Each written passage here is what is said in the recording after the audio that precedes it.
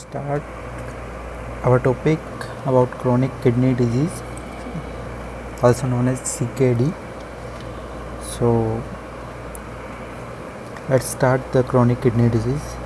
The topic chronic kidney disease is basically taken from the Harrison Internal Medicine book 20 edition.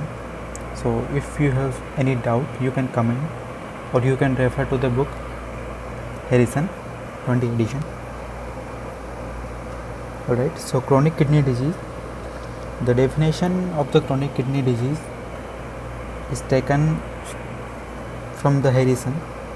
It says that it is a spectrum of pathophysiologic process associated with abnormal kidney function and a progressive decline in GFR, glomerular filtration rate. So what does the definition wants to tell us? The definition wants to tell that a chronic kidney disease, first of all, is a spectrum. All right. In this spectrum, there are processes, and the processes are associated with two things. Number one, abnormal kidney function, and number two, decline in GFR. All right. So what we have learned so far from the definition is that CKD is a spectrum of disease. All right, it's not a disease, it's a spectrum from previous diseases or previous causes that leads us to number one, abnormal kidney function, and number two, a progressive decline in GFR. All right. So abnormal kidney function, how we gonna know that if a person is having abnormal kidney function? So basically we will take two factors for that, GFR and albumin in the urine, also known as albuminuria. All right. So this is the definition of chronic kidney disease. The second thing or second definition we should know is what is end stage renal disease. So as the name suggests, this is a disease where the kidneys are in the end of their cycle. All right. So the definition is given in the Harrison. I will be just reading the definition now, and then we will cut the definition in parts, and then we will try to understand what the definition is trying to say. Alright, so what is an end stage renal disease? A stage of CKD. Number one, a stage of CKD where the accumulation of the toxin, fluid and electrolyte normally excreted by the kidney that leads to death unless the toxin are removed by renal transplant or renal replacement using dialysis or kidney transplant.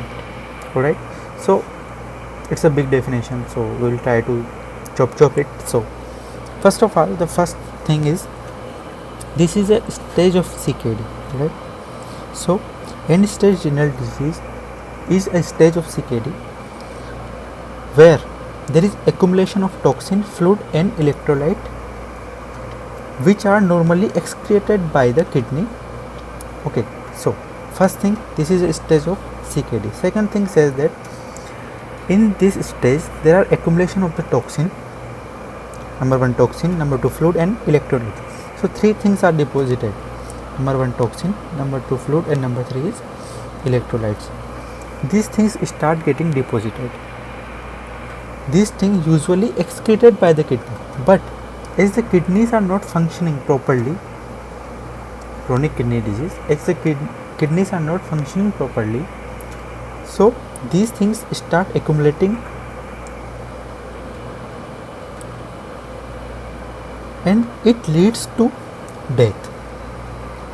Alright, but if we remove the toxins electrolyte and fluid that are accumulated, then it can be reversed. Alright, so as the definition says, this is a stage of CKD where there are accumulation of the toxin, fluid and electrolytes which should be excreted by the kidney, leads to death, but or unless the toxins are removed using kidney transplant or dialysis. Alright, so these are the two definitions. Why I am talking so much about the definition is because, you know guys, basically if you learn what is the definition of a thing, then it will be more easy for you to understand what the things in the definition and in the topic are trying to say to us. Alright, so let's start. Pathophysiology of the chronic kidney disease. So pathophysiology of the chronic kidney disease. The pathophysiology of the chronic kidney disease, first of all, as I was telling you in the definition, it's a spectrum of disease. A spectrum starts from somewhere. Alright, so what is the initiating mechanism? The start. So the initiating mechanism of the CKD due to causes. We will read what are the causes that can lead to CKD. So there is a cause that will lead or damage of some nephron. Alright, some nephron, take note, only some nephron will be damaged. So there is a cause that leads to damage or death of some nephron, and this death of some nephron will lead to hyperfiltration and hypertrophy of the remaining nephrons. Alright, stay with me. So there is a start, then we will go to the steps. So start is initiated by the cause.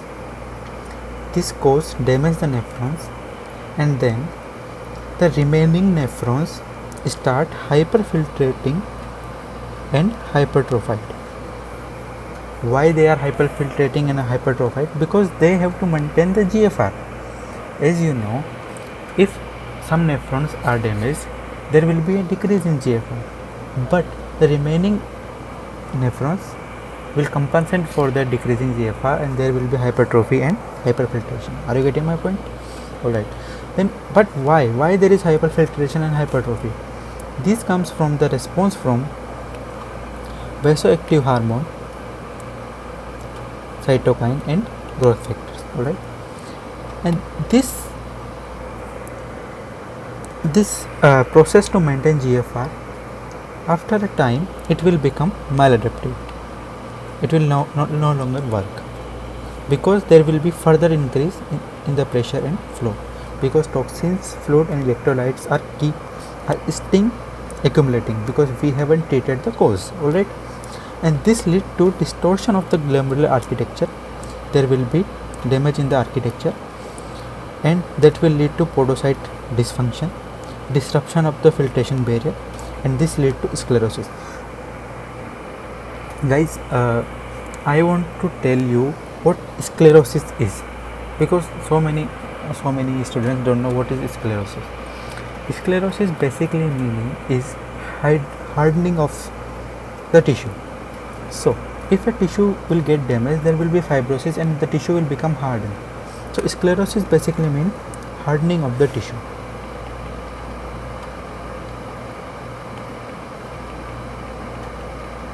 Right, and this will lead to internal activity of the rice, and this also appears to contribute to the damage. Right, so this is the pathophysiology of the chronic kidney disease. I hope you understand that. What are the risk factors? What are the causes, or what are the risk factors? Risk factors are as follows. Small, if a baby is small, for gestational birth weight. Childhood obesity, very important. Hypertension, as you already know, diabetes mellitus can cause CKD. Autoimmune disease, advanced age, very important.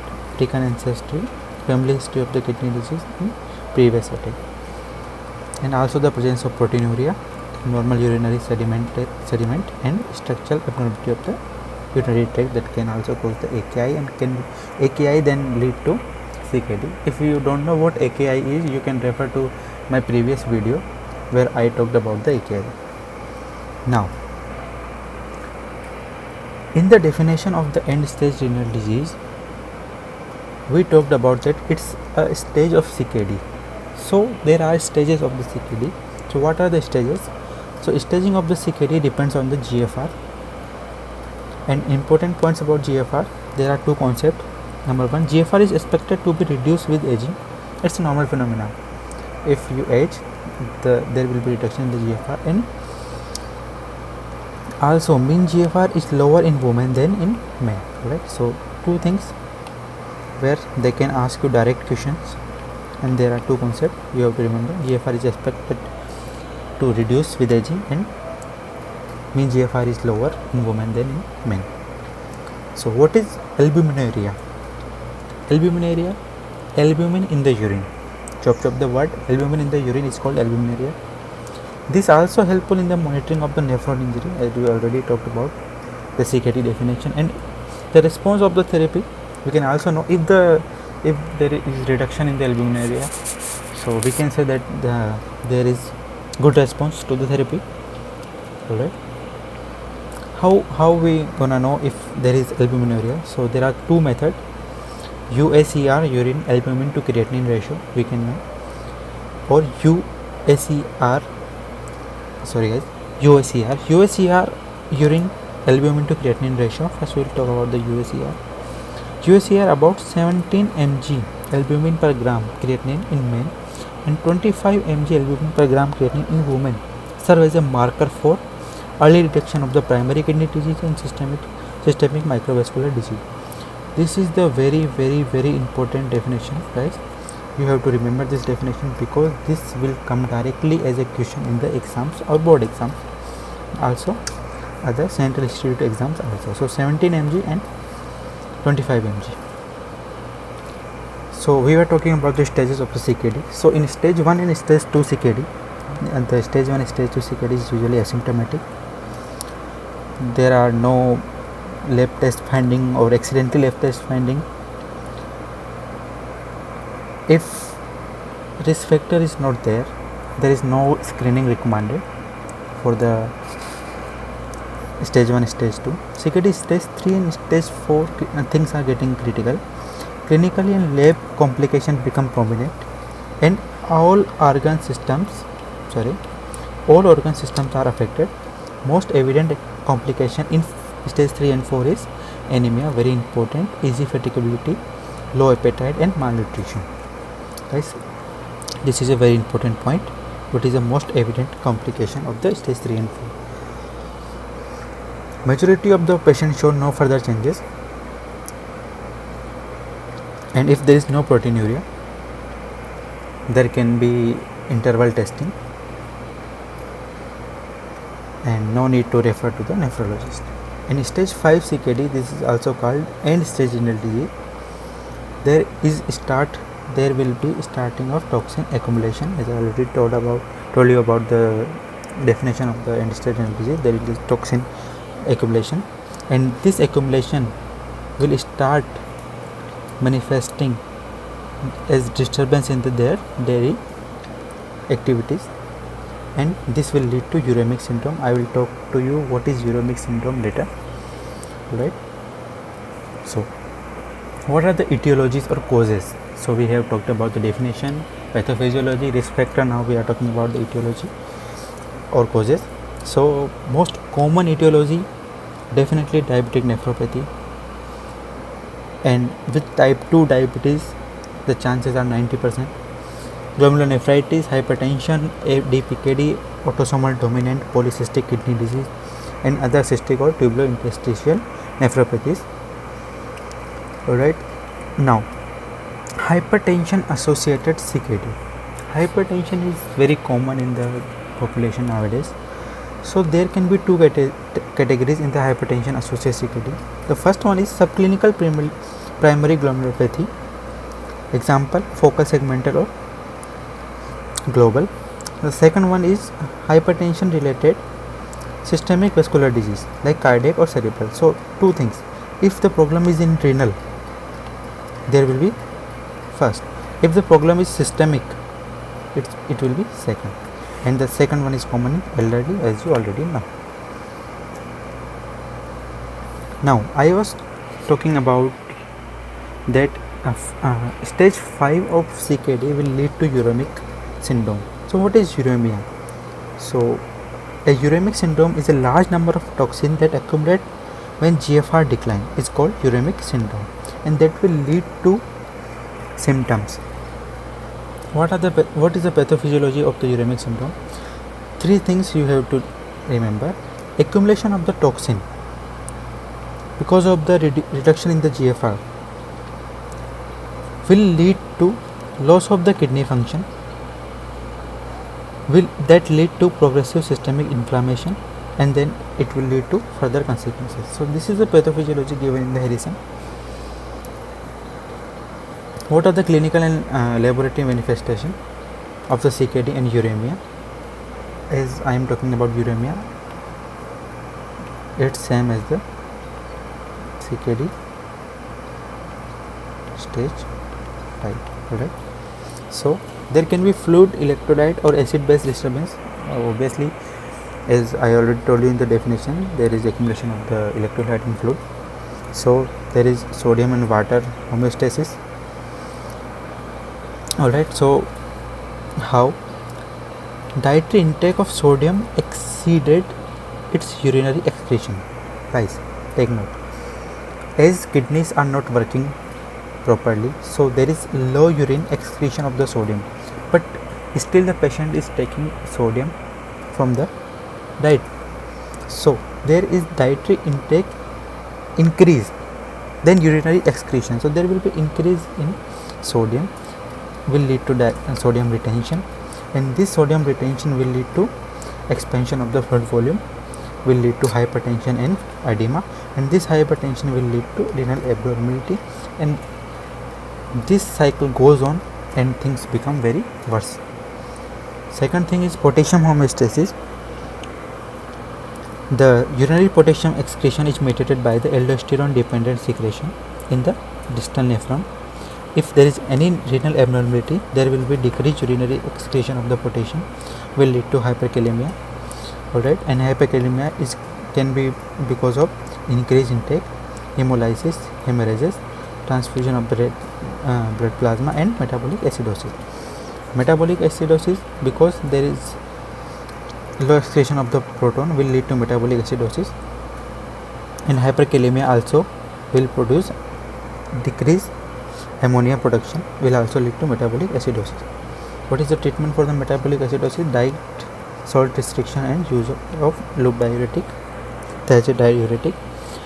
For hyperkalemia, diabetes and dietary restriction of the potassium and use of kaliuretic diuretic.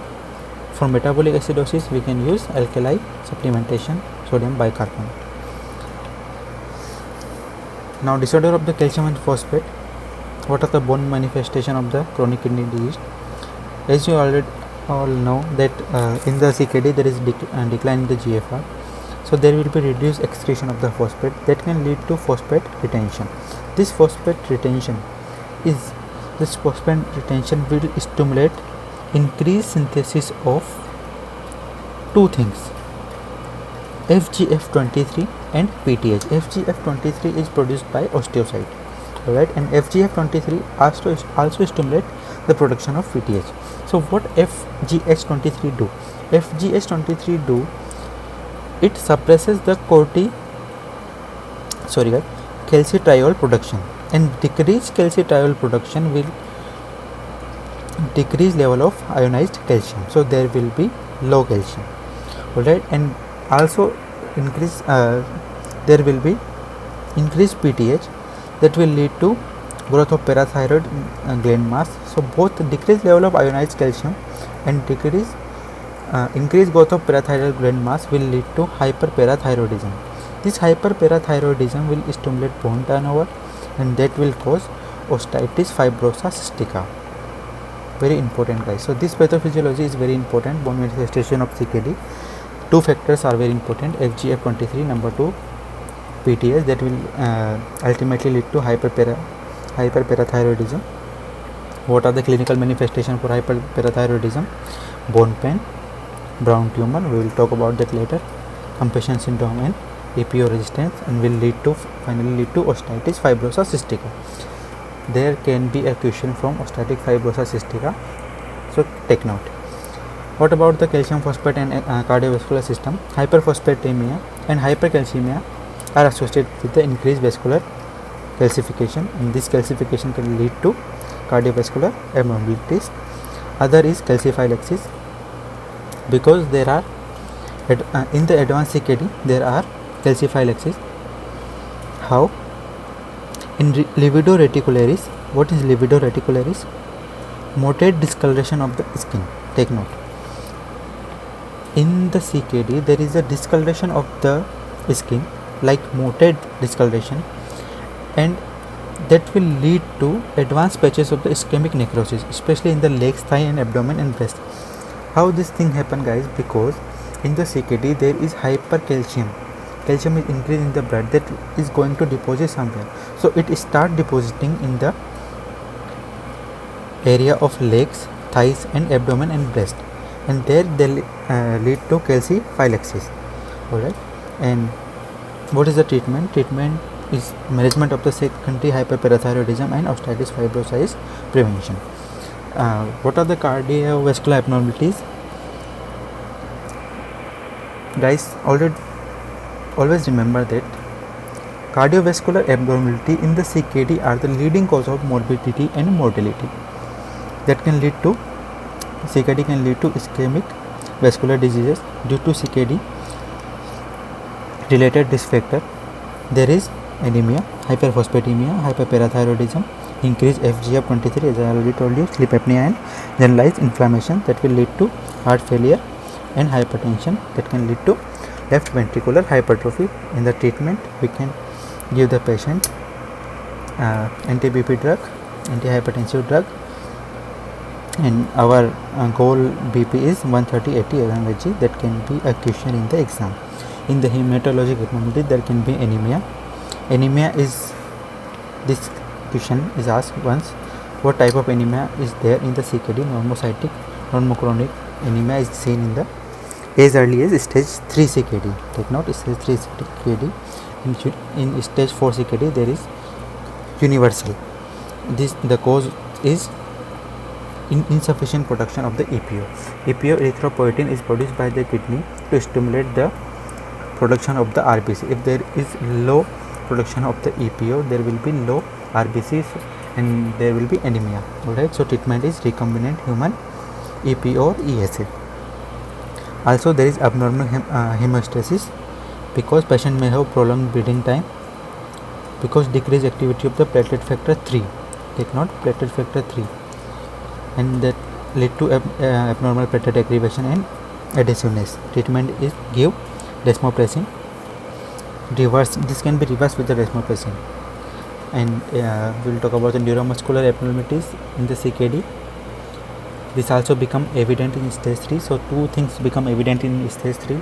Number 1, anemia. Number 2 is neuromuscular abnormalities. What are the complications?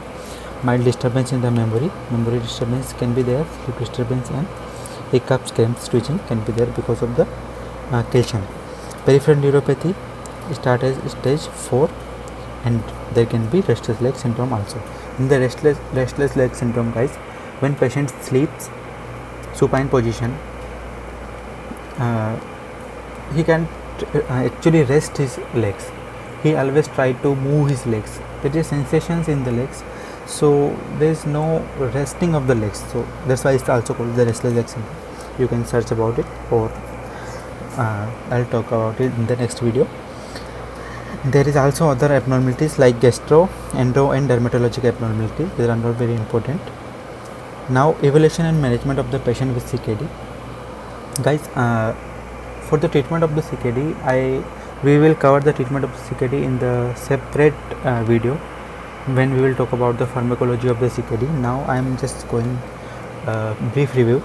So evaluation of management of the patient with CKD, history and physical examination, history of drugs, TECNO, NSAID, COX-2 inhibitor, antimicrobial, chemo and antiretroviral drug can lead to CKD, history of appetite change, weight loss and nausea, hiccup, peripheral edema, and also family history of the kidney disease. These are the things we have to ask to patient.